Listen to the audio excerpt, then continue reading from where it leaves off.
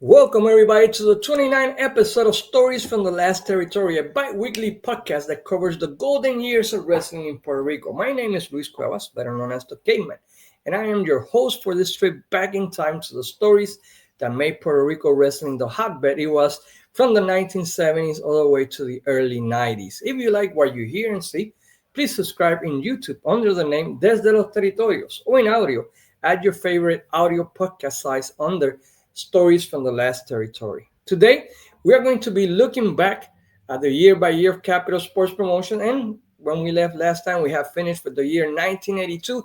And today, we're going to be looking at the 1983 year of Capital Sports Promotion.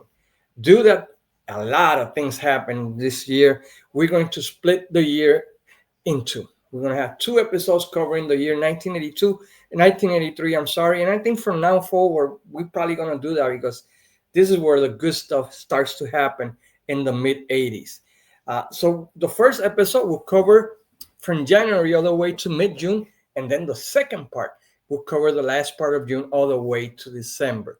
But before we start, I will be remiss if I didn't mention that Puerto Rico wrestling has suffered a lot during the last month in the island. We have lost at least two of the greatest carpenter workers that we had in the history of Puerto Rico, and we're talking about Julio Estrada, the son of Jose Estrada, a former mainstay in the WWF, and also Jesse the Latin Freebird. Both of them contribute a lot to the wrestling in Puerto Rico. They helped develop some of the newer stars that are in Puerto Rico right now, that came through Puerto Rico during those years of 1990 all the way to 2009, 2010. Rico Suave, he also had a great feud with El Profe starting in the mid-90s, and he was great as a heel manager, as a heel wrestler, also as an announcer. He was part of the rebirth of wrestling in Puerto Rico when he became the manager of a group called Invasion Azteca, and that's when a lot of Mexican wrestlers from the CMLL start coming to Puerto Rico, and he, in his role as manager, he betrayed Puerto Rico and became a Mexican wrestler too. Start talking like Mexican people do and start dressing like them and everything, bringing incredible heat for him during that time. He was also part of the Millennium family with Ray Gonzalez, Chiqui Star, and Victor on the Bodyguard. That was the best heel group that we had in the island during the late 90s all the way to the early 2000s. And he was a great wrestler, great promo guy. And, he was going, anniversary 52 this year was going to be dedicated to him. And sadly, he couldn't make it. Jesse, the Latin Freebird, was a mainstay, of all the independent promotions, especially in the West Coast.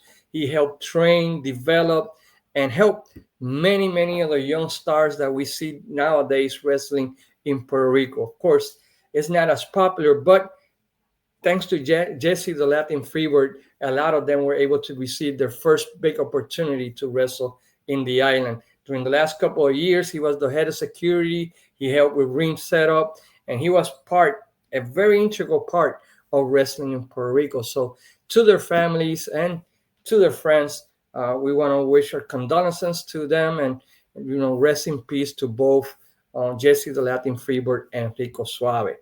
But heading back to the year 1983, like I mentioned, a lot of things happened in this year, 1983. It was a very special year as Capital Sports Promotions was celebrating their first 10 years, and the quality of the outside talent that came was pretty amazing during that whole year.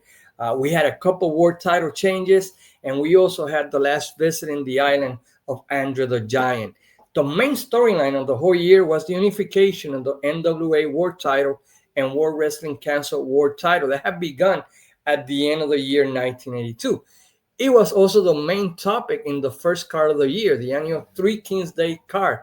In that card, before a sold-out crowd of fans at the Roberto Clemente Coliseum, we saw the Moondogs fight Pierre Martero and Gino de la Serra, Johnny Rivera versus Dick Steinberg, Jack and Jerry Briscoe against Kareem Mohammed and the Assassin, in a rematch from the October 16, 1982 card, we had Dory Funk Jr.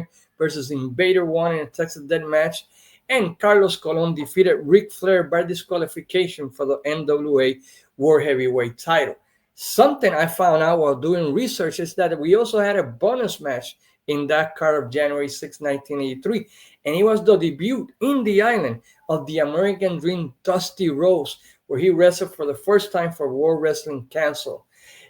Originally, his main opponent was going to be Abdullah the Butcher, but then it was announced that his rival was going to be none other than the rowdy one, Roddy Piper. Rhodes ended up winning the match via disqualification against Roddy Piper in January 6, 1983. I didn't know about that match until I started doing research for this podcast. So I was very surprised to see that. I always thought that he had only come on the December 85 card, but no, he already had come here in 1983. So that was pretty special. Ric Flair stick around that whole week in the island with his good buddy Roddy Piper. The next day after the January 6th card, he defended the title against Hercules Ayala in Caguas, and 2 days later, he faced in the Dominican Republic. He faced Jack Veneno for the NWA World title. He also had a tag team match with Terry Funk against Carlos Colon and Invader 1. February saw the debut of the Nature Boy Buddy Landel, and what a debut it was. With Hugo Sabinovich almost having an orgasm on TV. I'm not lying to you. If you see the promos, when he introduced Buddy Landel on TV, he was going, "Oh, Buddy, look at that body." He had this love affair with Buddy. Look at those muscles. Look at those eyes. He's the perfect man. He's going to challenge everybody. Everybody's jealous. They're going to stop the soap operas, because they're going to put Buddy Landel. The main actors in the island are scared of Buddy Landel, while Riquín Sanchez will make some very snide remarks, very sexual innuendos to Hugo about his love affair of Buddy Landel. And he starts challenging the Gran Apollo, saying that Buddy Landel actually has most of the definition, not like Great Apollo, and that his days as the ladies' man were over because Buddy was going to take over during that time. And it was pretty cool. I mean, Buddy Landel, I think that was his best shape that he had in his career, in my opinion. I mean, he looked, muscle bound and everything. And I can see why Hugo Sabinovich was so excited to see him during that time. Like we mentioned, Roddy Piper came to the island for the first time. And during that first visit, he faced Dusty Rhodes, but he also faced Invader 1. But he would come back in the following months, as we will talk about that a little bit better.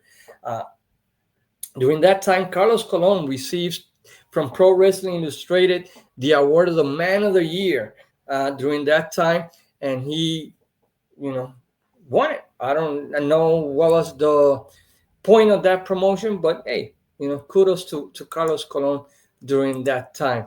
The feud of Invader 1 and King Tonga for the Puerto Rico title continued to be the second main feud for the house shows, leading to a match where Invader will have his famous tape fist available in that match. In the TV show that the day before the card, Tonga was not, Hugo Sabinovich was telling that Tonga was not really just anyone, that he didn't want to bring the past when Invader killed Michel Martel with the hard punch, but that was not going to happen to King Tonga. And he taped his fist 5 times, and he had this big taped fist in his hands, and he started hitting Tonga in the heart with the punch, while Tonga was not selling in a great visual to show fans that this guy was very different from anyone Invader had faced before, and that he wasn't going to be afraid of the Invader when Invader tried to hit him with the hard punch.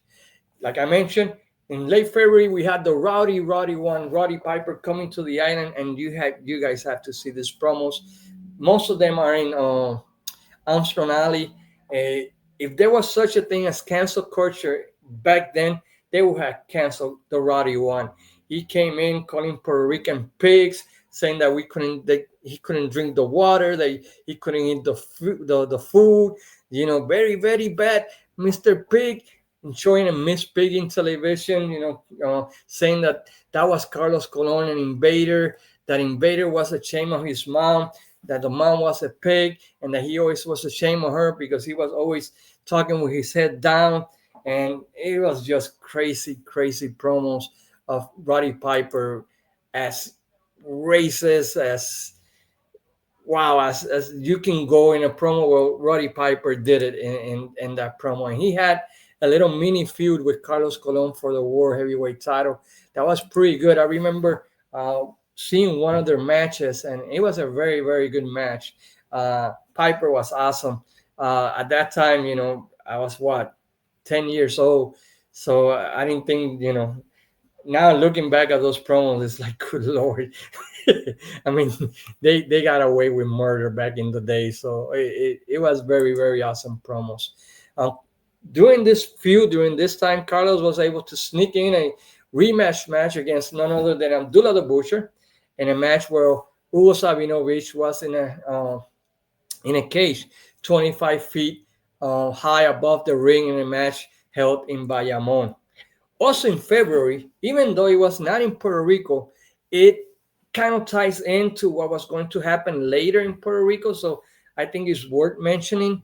Johnny Rivera had gone to Mexico to wrestle over there, and has started using the Invader gimmick, calling himself the Super Invader in Mexico, which will become a very interesting twist in 1983, when he became Invader 3, and made a tag team with Invader 1, of course, Jose Huerta Gonzalez, both in the WWF, even though over there he was known as Invader 2, but in Puerto Rico, he was known as Invader 3, and they later came back to Puerto Rico and had one of the greatest tag team runs in the island during the mid-'80s that we're going to cover in future podcasts. Well, Johnny Rivera, while he was in Mexico, he got involved himself in a feud with a wrestler called Mano Negra, where he lost his mask in El Toreo Cuatro Caminos. But something interesting by looking at the picture is that the design of the mask was made by Johnny Rivera, and this design of the mask became later part of the lore of the Invaders when they came back to Puerto Rico. During this time, there was also a mini feud, a very interesting feud between manager and wrestler Barrabas against Mexican wrestler Enrique Vera. And for a couple of weeks, they were going back and forth in TV and house shows and everything. And this led to a hair versus beard match. Barrabas was always known for his beard. That was part of his character. He, since the 70s, I think, had a beard. And in this match, Vera defeated Barrabas. And next week on TV, Riquín Sanchez, which was the main announcer, spent the whole show selling the fact that in that show, you will see Barrabas without his beard. And he, promised everybody that everybody was going to see this. And it was like the main topic of the TV show that night. And when the payoff finally came, Barrabas would not show his face on TV. And Riquín Sanchez like, well, please come over here. Come on, those things grow back. And, Barrabas is like, keep making fun of me. And, they finally pan the camera out, and they have Barrabas with a towel over his head, not showing his face, while Riquín Sanchez kept egging him on. And he's like, you lost. You have to show your face. You got to do this. And it was a pretty awesome segment on TV. It was so great with something so little, so trivial, it made a big deal and made a big impact that to this day, a lot of people still remember that small segment on TV where Barrabas will not show his face on TV. It's pretty, I don't know, it's pretty awesome to see all that nowadays, how easy it was to generate heat in a wrestler. And Barrabas promised that he was going to gain revenge, that he had lost his identity thanks to Enrique Vera, and that was not going to be the end of it, and that he was going to show Enrique Vera the real Barrabas, the one that people in Puerto Rico had not seen in years, and that continued their little mini feud that they had during this time. During that time also, Hugo Sabinovich had been embarrassed by the babyface Carlos Colon Invader in a tag team match in Arecibo, where he had teamed with none other than King Tonga, and they showed a clip on TV, which led to Hugo coming out and just going off on Riquín Sanchez for showing the beating and just going nuts on Rikin, just going off. The chemistry between Rikin and Hugo was off the charts. I mean, they again, something simple as that, it just brought too much heat. And then he mentioned that by the end of the program, he will have a surprise, which turned out to be the return of La Máquina, his machine, Abdullah the Butcher, to the island. It was during this time that two wrestlers that will become two of the most important heels in the history of wrestling in Puerto Rico start wrestling for the Capital Sports Promotion. Chiqui Star and Angelo Rivera, who we later known as the Prophet, made their regular debut in the island. They have been a mainstay in the West Coast under promotion by Arturo Mendoza, where they were the top tag team. They had also wrestled in Stampede Championship Wrestling under the gimmick of the Perón brothers, and they have also wrestled in Mexico.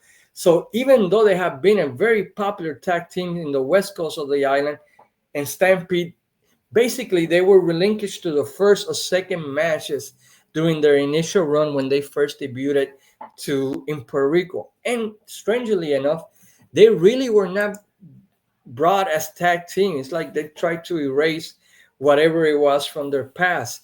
And it have always, for at least for me, has always been kind of one of those head scratchers. You have a very popular tag team in the island during that time, and you basically split them and have them doing something different and not mentioning anything from their past. But I guess that's the way wrestling business was back in the day. On TV, they start presenting vignettes of the famous Shiek from Detroit and his famous fire throwing angle against Bobo Brasil. They were showing matches from the 70s, and of Bobo Brasil and the Shiek in Detroit, and start building him up as a world title contender during that time. And he came to the island during the month of March on the TV program. Uh, in March 19, they show a clip of the title defense from Carlos against the Shiek, where Shiek attacked Carlos right before the bell, but when Carlos made his comeback, Shiek threw fire on his chest, which led to a different set of matches between them that ended in a barbed wire match between them. Let me tell you, they really were not classic matches at all, but at least it kept Carlos busy for a while the big stuff was going to happen in the island. A big turn happened during this time, as King Tonga, even as a rule breaker, was becoming incredibly popular with the fans. So the decision was made to turn him babyface, and it started with a couple matches where Hugo kept making mistakes, costing King Tonga his matches. King Tonga is also known as Haku in the United States, in case you're wondering who he is. Finally, it happened again against Invader, and after that match, King Tonga got super upset at Hugo Sabinovich, with Tonga attacking Hugo, which led to other rule breakers trying to break them off, but Tonga was going crazy and he would not let go, and the whole rule breaker side came to the defense of Hugo Sabinovich, which ended with Hugo hitting Tonga with a 2x4. This led to a new clean-cut King Tonga coming back on the warpath against Hugo and his army, and became a long-year feud where the Hugo army was trying to take out King Tonga.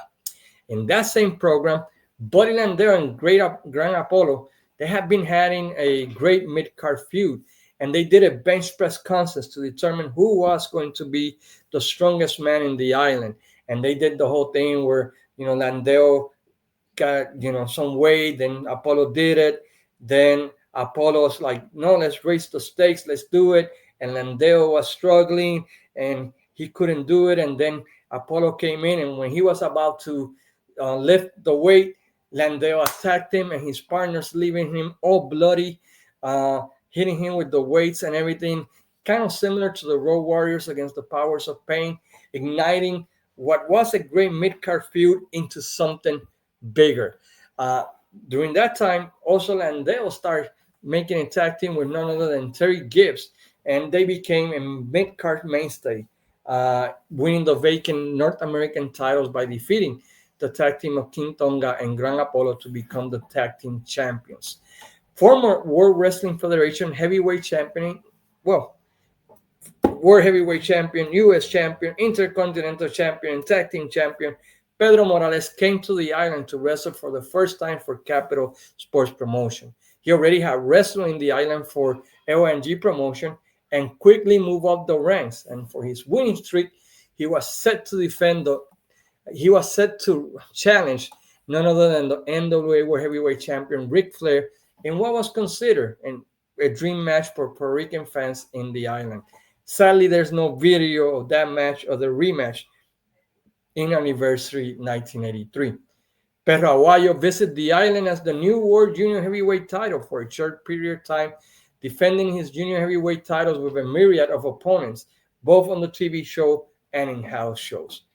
The other major storyline had to do with Invader 1 and Ox Baker, and what has to be considered Ox Baker's last great run in the island, and maybe in pro wrestling. I don't think he ever did anything else besides that.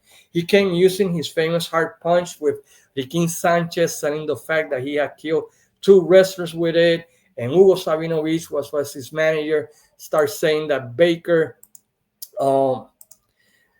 was going to eliminate Invader and Carlos Colon, and Baker went through everyone into finally getting to Invader 1. And in that match, the prophecy of Hugo Sabinovich became true when Ox Baker hit Invader with his hard punch and tries to pin him, but damn it, it's Invader. He cannot go down with one punch. So Ox Baker picks him up again and hits him again with 4 more hard punches and pin him. After the match, Invader starts shaking and going into convulsions, while Hugo Sabinovich is standing next to him, pouting and screaming to the fans like, "I told you so, I told you so," and laughing and enjoying the moment while the refs and the doctor and everybody's trying to help Invader, who's going to convulsions and shaking, and he has spit coming out of his mouth. The doctor gives him chest compression. I mean, it was a very wild angle. They ended up putting Invader in ambulance, putting oxygen and everything, taking him to the hospital. And to sell the angle, they actually had him in a real hospital for a couple of weeks, while in TV, basically it was like Invader must retire. He's lucky to be alive. This guy has killed 2 people, and he almost killed, Invader 1. And this led to an angle where Carlos Colon was going for revenge against Ox Baker, defending his World Heavyweight Championship in a huge card in Iran Bison Stadium, April 23, 1983, which was a big crowd, almost 20,000 people, and they also have ringside for that show. In that match, they have Pierre Martel versus Terry Gibbs in a Texas Death match. They had Chief Thundercloud, King Tonga, and Gran Apollo against Abdullah the Butcher, Roddy Piper, and Buddy Landale. Perro Aguayo defended his junior heavyweight title against Cheeky Star. Ric Flair defeated Pedro Morales for the National Wrestling Alliance World title. And Ox Baker, to the surprise of everyone, defeated Carlos Colon to win the WWC World Heavyweight title. And he started this run for about a month. There's a couple matches there that he did against some other opponents besides Carlos that I would have loved to watch. Like, he had a title defense against King Tonga. He had a defense against the Gran Apollo that I think would have been pretty cool to watch on TV. Sadly, we don't have a lot of that. But the title run was just to heat up more Ox Baker for the rematch against Invader, and Carlos Colon recovered the title a little over a month after this match. Kendo Nagasaki came from Florida, making his debut in the island during this time. And something they did something very pretty cool with him to keep this mystique or this mystery. In TV, he's Sabinovich keep mentioning that he wasn't going to wrestle and that he will only do a demonstration of his talent. And you saw Kendo Nagasaki week after week on TV with his kendo stick, just doing his ceremony and just doing karate lessons and stuff like that, but will not show on TV. And he had started going for the World Heavyweight title, and he had a pretty good feud with Carlos Colon during this time. The Super Medics, Jose Estrada and Johnny Rods, came down to the island from the WWF with the Super Medic gimmick during this time, and they basically were, becoming that new tag team, that new rule breaker tag team that was going to start being used, especially in the late part of 1983. And they just took wrestling in the island by storm. They came alongside Jerry Oates, I believe, and then later Don Ken and they were used the Fabulous Freebirds gimmick, and because they used a white mask, you really couldn't tell which one was which, and that helped them. And it was something different that had never been done in the island, so it basically worked, in Puerto Rico.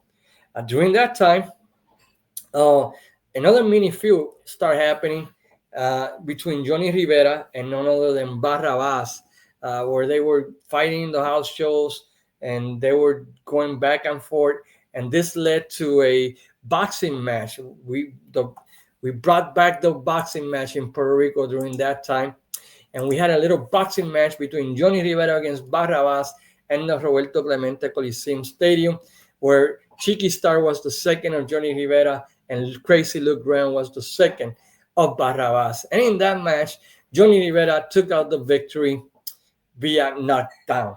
Uh, Invader won after having a lot of interviews where, they show him in his house recovering and, I don't know what I'm going to do in my career. I'm not sure this is going to happen.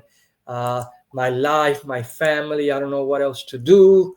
But, I have to come back. He announced that he's going to come back.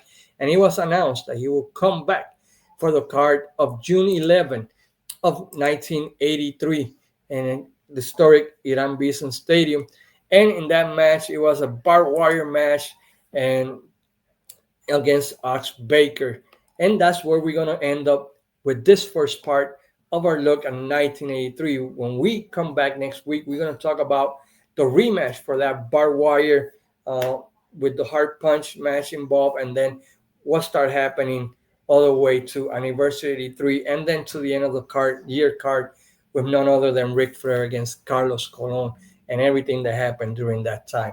So I hope you guys enjoy this first look at 1983, and that you come back in 2 weeks to see the second part of this year, 1983 of Capital Sports Promotion.